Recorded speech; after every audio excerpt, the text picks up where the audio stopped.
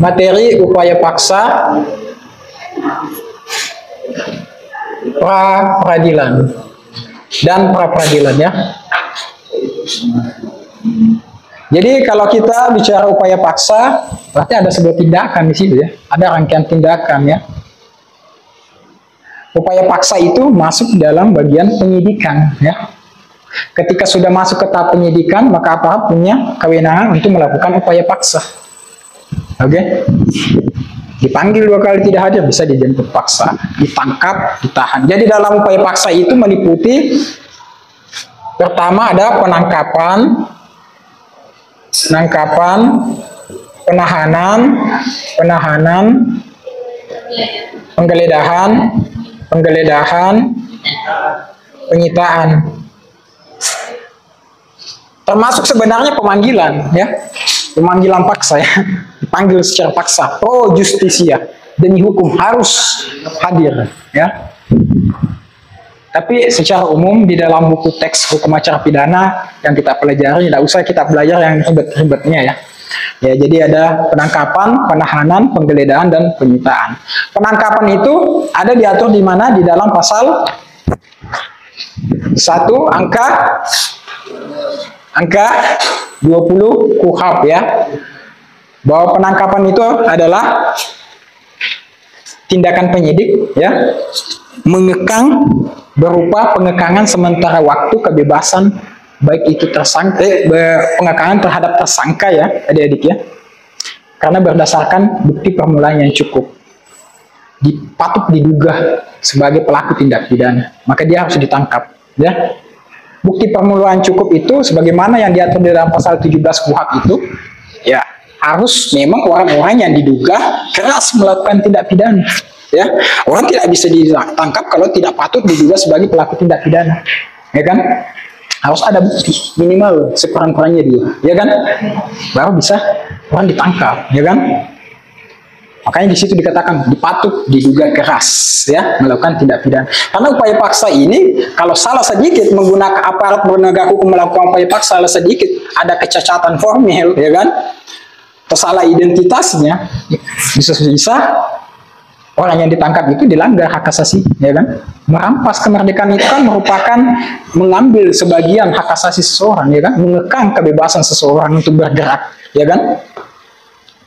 Syaratnya penangkapan harus apa? Harus ada surat perintah, surat tugas penangkapan, ya kan?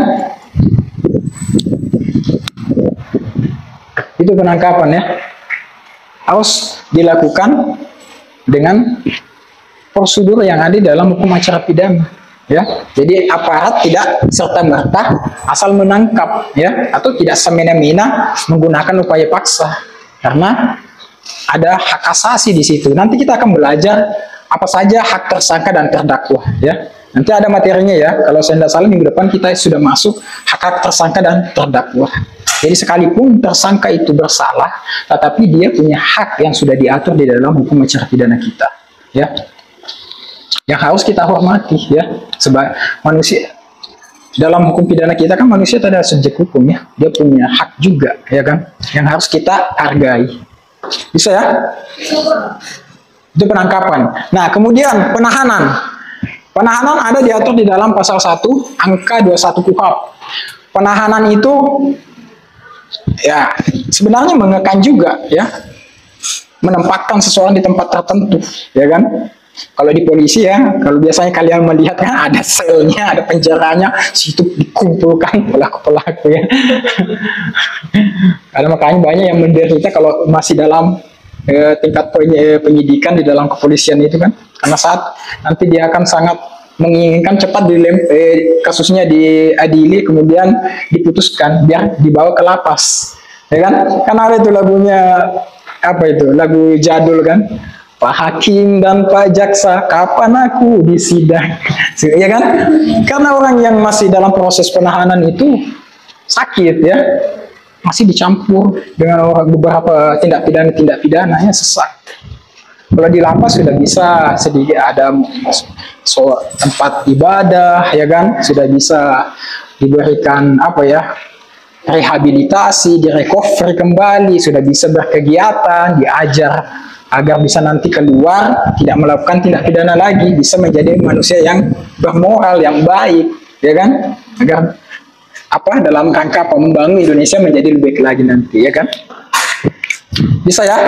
Itu penahanan. Penahanan syaratnya apa? Penahanan syaratnya harus juga ada surat perintah penahanan, ya adik-adik ya. Kemudian harus ada cukup bukti juga, ya kan? Orang bisa ditahan. Lalu yang ketiga, harus memenuhi syarat, ya. Baik syarat objektif maupun subjektif. Ada. Coba yang kemarin yang saya share, buku hukum acara pidana kan ada di situ.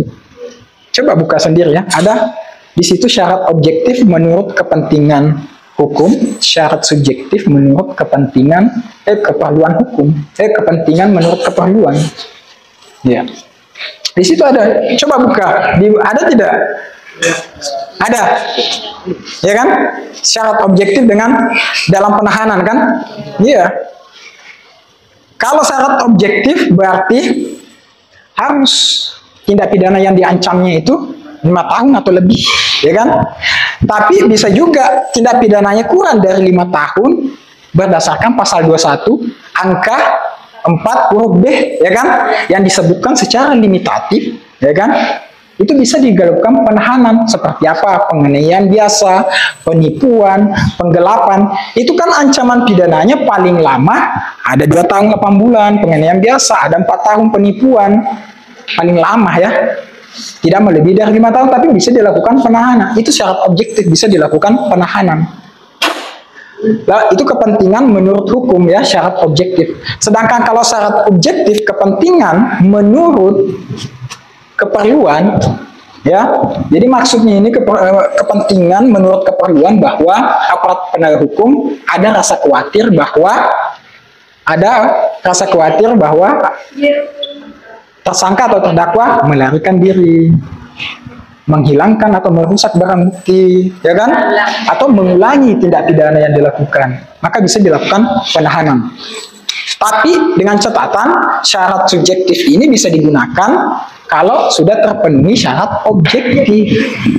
Tetapi juga di sisi lain syarat sekalipun ya, meskipun syarat objektif ya itu terpenuhi, kepentingan menurut hukum terpenuhi, tetapi aparat penegak hukum berpendapat bahwa tidak ada rasa khawatir terhadap tersangka atau terdakwa untuk menghilangkan, merusak dan mengulangi tindak pidana, bisa saja tidak dilakukan penahanan. Iya, itu ya, penahanan ya, bisa ya, ini paham? Bisa? Oke, insya Allah bisa. Kemudian penggeledahan. Kalau penggeledahan ada diatur di dalam pasal 1 angka 17 KUHP ya. Apa itu penggeledahan? Ada yang bisa bantu menjelaskan? Ya, oke. Silakan. Jadi upaya paksa yang pertama kali yaitu penangkapan, penahanan, penggeledahan. Ya.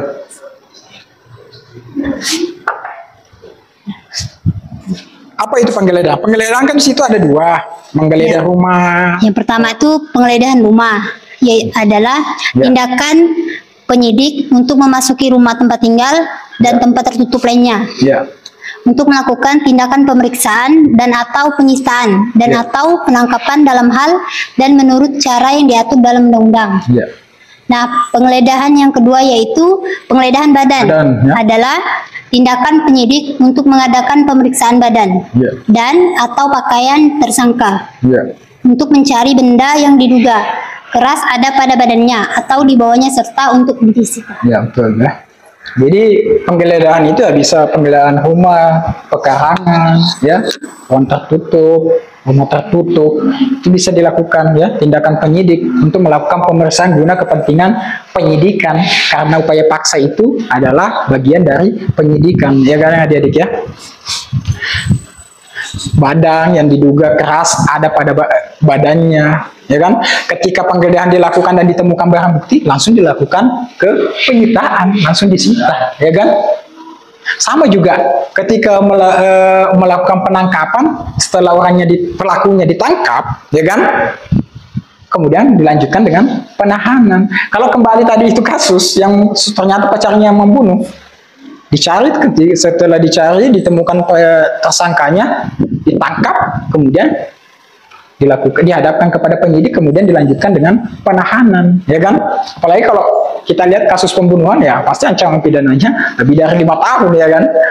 338 kan 15 tahun paling lama ancaman pidananya. Jadi setelah digeledah ditemukan barang bukti, ya lanjutkan dengan penyitaan, gitu ya. Syarat penggeledahan apa ya? Harus ada izin dari ketua pengadilan, iya, harus ada izin, ya. Tidak bisa melakukan penggeledahan kalau tidak ada persetujuan atau izin dari ketua pengadilan. Bisa tidak melakukan penggeledahan tanpa izin dari ketua pengadilan? Bisa, dalam keadaan diperlukan atau mendesak, bisa, ya kan? Bisa dilakukan penggeledahan. Ya kadang-kadang kan aparat melakukan penggeledahan kan dilakukan pada tengah malam hari, dini hari, ya kan? Tidak ada waktu lagi. Tetapi harus segera menyusul. Harus setelah itu, ya, melakukan penggeledahan tanpa didahului izin. Setelah itu harus meminta persetujuan dari ketua pengadilan negeri setempat. Begitupun juga penyitaan, ya, harus ada izin dari ketua pengadilan setempat baru bisa melakukan penyitaan. Tidak ada izin bisa juga dilakukan, ya. Nah, yang perlu juga saya jelaskan sedikit terkait penangkapan penahanan saya lupa sampaikan. Yang membedakan juga penangkapan penahanan itu waktunya, ya adik-adik. Kalau penangkapan itu jadi surat perintah penangkapan itu 1 kali 24 jam, ya. Sedangkan kalau penahanan itu lebih dari 1 kali 24 jam. Jadi kalau orang ditangkap, ya 1 kali 24 jam harus diputuskan, ya, apakah bisa ditahan atau tidak. Ya, kalau penahanan bisa lebih dari 1 kali 24 jam. Jadi kalau di tingkat penyidikan, batas waktu penahanannya, ya, jangka waktu penahanannya itu 20 hari, bisa diperpanjang 40 hari dengan izin dari jaksa atau penuntut umum. Kemudian di penuntutan nanti jangka waktunya 30 hari, 20 hari bisa diperpanjang 30 hari dengan izin dari ketua pengadilan negeri. Begitu pun selanjutnya, ya, di hakim nanti, hakim juga bisa memperpanjang, batas waktu penahanannya 30 hari bisa diperpanjang 60 hari, ya, dengan izin dari ketua pengadilan. Sampai di Mahkamah Agung. Mahkamah Agung batas penahanannya itu adalah 50 hari, bisa diperpanjang 60 hari dengan izin ketua Mahkamah Agung. Jadi di mana dasar hukumnya? Dasar hukumnya ada di dalam pasal 24, 25, 26, 27, 28. Bahkan di dalam pasal 29 bisa ditambah 30 hari, tambah 30 hari. Berarti kalau diakumulasi 60 hari, ya kan? Dengan catatan tersangka atau terdakwa mengalami gangguan mental yang kuat, yang berat, ya, menderita fisik yang kuat, mental yang kuat, ataukah tindak pidana ancamannya 9 tahun lebih, ya. Itu, ya, batas penahanan. Bisa, ya adik-adik? Insya Allah bisa. Oke. Sekarang kita masuk pra peradilan, ya adik-adik, ya. Pra peradilan.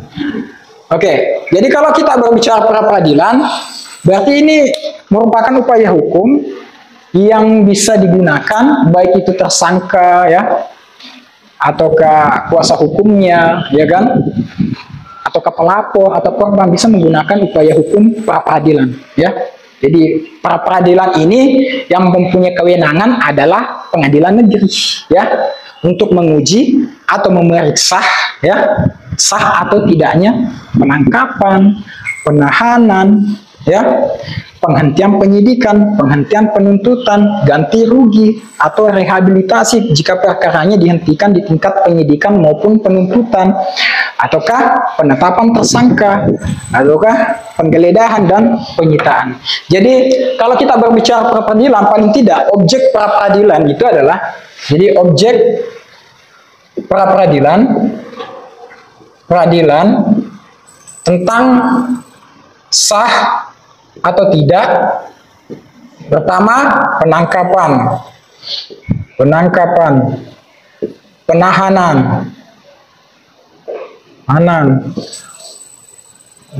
penghentian penyidikan, kemudian penghentian, penuntutan,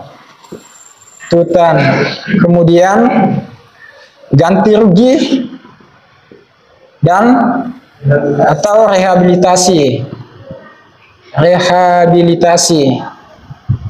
Kemudian sah atau tidaknya penetapan tersangka.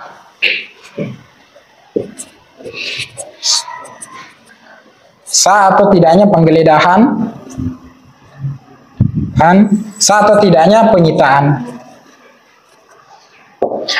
Di mana dasar hukumnya? Dasar hukumnya ada di dalam pasal 1 angka 10 junto pasal 77 Kitab Undang-Undang Hukum Acara Pidana dan putusan Mahkamah Konstitusi nomor 21 ya tahun 2014 dengan Perma nomor 4 tahun 2016. Di situ dasar hukumnya. Ya adik-adik ya. Jadi inilah yang menjadi objek pra peradilan. Di luar dari ini tidak bisa menjadi objek pra peradilan ya. Yang tidak boleh dilampaui.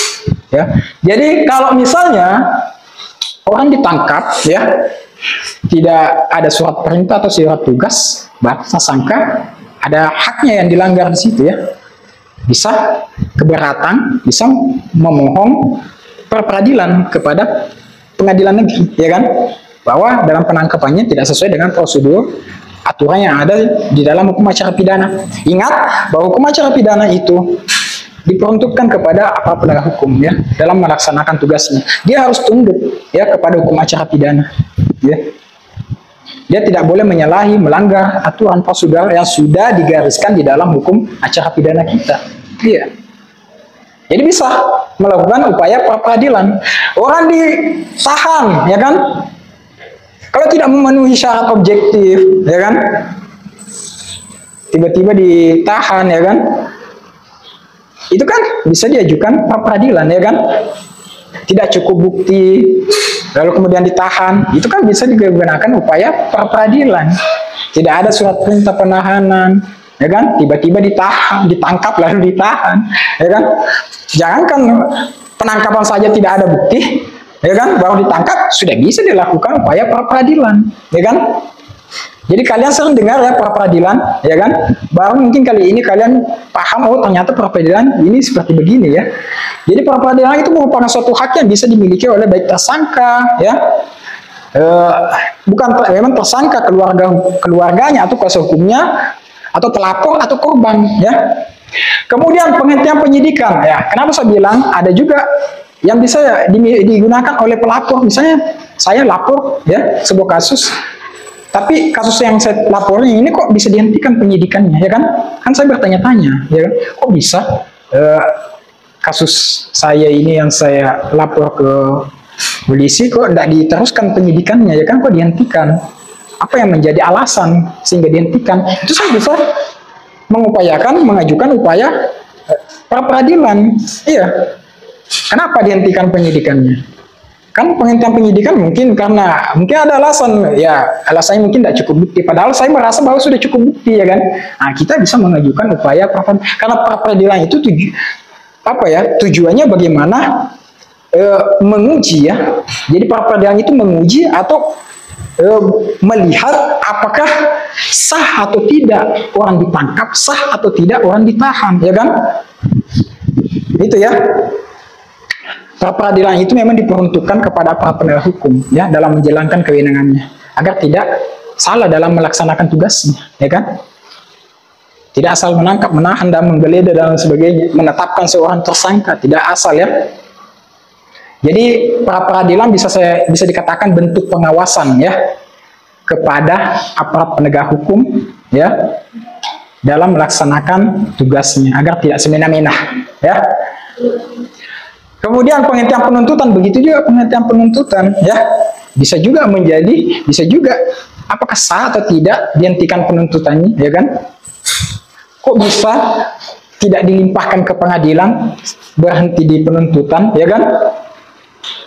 Kan kita juga mau mempertanyakan alasan jaksa penuntut umum menghentikan penuntutan, bisa melakukan permohonan pra peradilan. Kemudian ganti rugi atau rehabilitasi. Misalnya perkaranya dihentikan di tingkat penyidikan ya adik ya. Dihentikan, kita bisa meminta karena kita ditangkap karena kekeliruan atau sengaja tanpa dasar hukum yang jelas, tiba-tiba kita ditangkap kemudian kita dibebaskan ya. Itu kita bisa mendapatkan ganti kerugian atau rehabilitasi ya. Kalau ada kerugian ya, kerugian materi bisa diganti apa? Negara akan mengganti rugi, merehabilitasi, mengembalikan nama baik, martabat kita ya, kedudukan kita sebagai manusia yang ditangkap karena tanpa berdasarkan hukum yang sah, oke? Ataukah karena kekeliruan, itu ganti rugi. Dan jadi kita bisa mengajukan upaya pra-peradilan. Jadi ini misalnya sudah ditangkap, ditahan, tiba-tiba ternyata dia bukan pelakunya ya kan, dikeluarkan ya kan, keberatan lah kita kan, kita sudah ditahan berapa hari baru tidak ada ganti rugi, nama kita sudah sudah tidak baik di mata masyarakat, Pak. Kita bisa memohon, iya, permohonan pra peradilan, mengajukan permohonan pra peradilan, iya. Kemudian penetapan tersangka ini juga sering terjadi di praktik ya dia. Penetapan tersangka itu, ya, kadang-kadang orang ditetapkan tersangka juga belum dipanggil secara patut 2 kali, tiba-tiba ditetapkan tersangka. Ya, orang itu harus dipanggil dulu secara patut 2 kali, secara sah. Ya, kalau sudah dipanggil tidak patut, baru bisa dilakukan, baru bisa juga ditetapkan sebagai tersangka ketika sudah memenuhi unsur bukti pidana, unsur tindak pidana, atau sudah cukup bukti. Ataukah penetapan tersangka ini ternyata tidak cukup bukti, orang ditetapkan tersangka itu minimal sekurang-kurangnya 2 alat bukti, ya. Misalnya kasus orang si X dilaporkan melakukan penipuan, ternyata tidak cukup bukti ya, hanya 1 bukti yang ditemukan ya. Dia kan bisa bisa mengajukan permohonan pra peradilan, ya kan? Kok saya ditetapkan tersangka padahal bukti yang diperoleh hanya 1, ya kan? Dia harus pertanyakan, ada tidak bukti sah, alat bukti sah yang diperoleh penyidik sehingga saya ditetapkan tersangka. Jadi pra peradilan itu menguji sahkah tidak dilakukan penetapan tersangka. Nah, kalau bisa tidak dibatalkan penetapan tersangka seseorang, bisa melalui proses pra peradilan. Jadi penetapan tersangka itu bisa dibatalkan kalau tersangka menggunakan pra peradilan, menggunakan upaya hukumnya, haknya ya. Sehingga nanti kalau diputuskan ada pembatalan penetapan tersangka terhadap dirinya, ya kan? Kalau memang tidak cukup bukti misalnya, ya kan? Gitu ya. Jadi tidak boleh aparat asal menangkap kalau tidak ada bukti yang cukup ya. Minimal 2 alat bukti ya. Tadi saya ulang, kalau dalam hukum acara pidana kita, KUHP pasal 184 itu ada 5 bukti ya kan. 5 bukti itu paling tidak di penyidik harus memperoleh 3 bukti. Salah 2 dari ini. Kalau bukan keterangan saksi, ahli, ataukah surat, ya kan? Minimal ada 2 dari 3 ini. Keterangan terdakwa ataukah petunjuk itu menjadi kewenangan hakim nanti di pengadilan. Oke? Penggeledahan pun begitu. Orang digeledah harus ada izin dari, kalau tidak diiringi dengan izin dari ketua pengadilan bisa tidak bisa juga. Kalau dalam keadaan diperlukan atau mendesak bisa. Tapi setelah itu wajib segera melapor dan membuat meminta persetujuan dari ketua pengadilan negeri setempat. Begitupun penyitaan ya adik-adik ya. Jadi inilah yang menjadi objek pra peradilan yang tidak boleh dilampaui. Karena kadang-kadang dalam praktik ada juga yang mengajukan pra peradilan tidak masuk dalam ruang lingkup atau objek pra peradilan ya, seperti pasal yang disangkakan ya di penyidikan di tingkat kepolisian, ternyata pasal yang disangkakan 340 tapi dia merasa 338. Proses hukumnya bilang, wah ini bukan pembunuhan berencana tapi pembunuhan biasa. Itu tidak menjadi bagian, bukan menjadi objek pra peradilan adik-adik ya. Itu pokok perkara. Pokok perkara itu bukan objek pra peradilan. Objek pra peradilan seperti yang tadi saya sampaikan hanya ada ini ya, 8 ya. Dasar hukumnya tadi itu pasal 1 angka 10 KUHP dengan pasal 77 dengan putusan Mahkamah Konstitusi dengan perma peraturan Mahkamah Agung. Jadi kadang-kadang juga kasusnya daluarsa, perbuatannya perbuatan masa lalu. Kemudian mau diajukan pra peradilan, itu juga bukan menjadi objek pra peradilan. Itu pokok perkara, itu nanti di pengadilan, ya. Tidak bisa menjadi objek pra peradilan, ya. Itu kadang-kadang dalam praktik tidak bisa, ya. Ataukah perbuatannya bukan perbuatan pidana ternyata, ya. Itu juga bukan menjadi objek pra peradilan, ya. Yang menjadi objek pra peradilan hanya ini yang tidak boleh dilampaui, ya adik-adik, ya. Sudah dibatasi, ya. Oke, bisa dipahami ini pra peradilan. Nah, kemudian perlu lagi dipahami juga yang menjadi proses, ya adik-adik, proses atau mekanisme dalam pra peradilan itu. Jadi pra peradilan itu jangka waktunya hanya 7 hari, ya adik-adik, ya. 7 hari, cepat, ya. Pra peradilan itu harus cepat, 7 hari.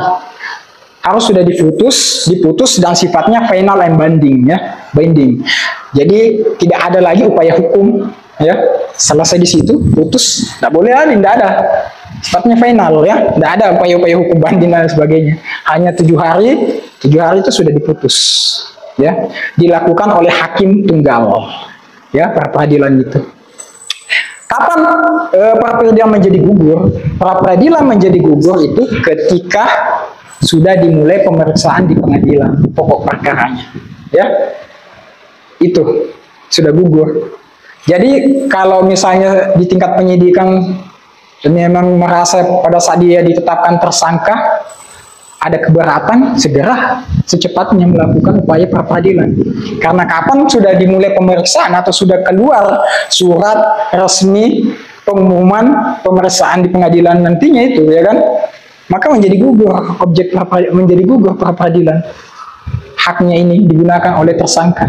Iya.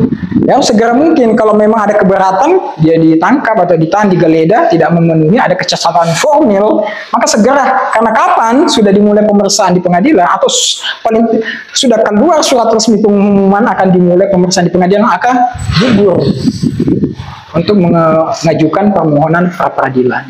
Oke? Bisa dipaham sampai di sini adik-adik terkait dengan upaya paksa dan pra peradilan. Oke?